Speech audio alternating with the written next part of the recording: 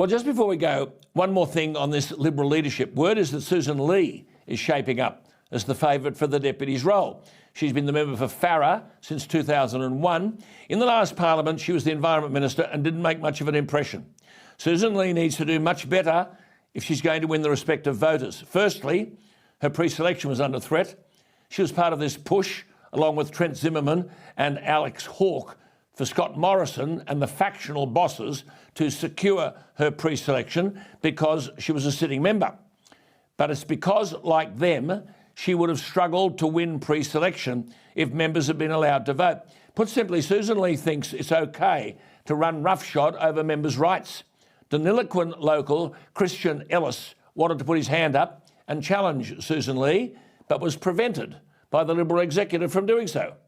His argument was on the issue of water, which I've been going on about for years. Sussan Ley does not represent locals' concerns. The Murray-Darling Basin Plan is a huge issue in her electorate.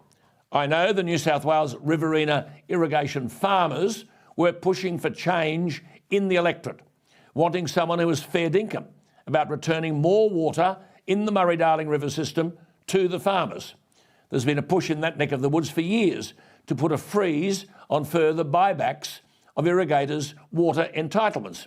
Now, all you have to know is that Malcolm Turnbull is the architect of the Murray-Darling Basin Plan, so you can imagine how much of a dog's breakfast it is. It's the reason why the Shooters, Fishers and Farmers Party have made inroads in that electorate, picking up a New South Wales state seat. So Sussan Ley will need to really step up if she fancies herself to be deputy leader material. One thing's for certain, her candidature for the role is more palatable than that of Bridget Archer. Actually, I apologise, it's nearly so laughable I can't say it out loud, but the one-term MP, Bridget Archer, is considering putting her hand up for the deputy leadership. She's been there 5 minutes. She retained the Northern Tasmanian seat, or she hopes she has, of Bass, but she's only in front by over 1,000 votes, with 75% of the votes counted. That clearly doesn't humble her. Instead, she feels emboldened enough to come out and speak to the Australian newspaper and tell the journalist that she's considering a tilt for the deputy leadership.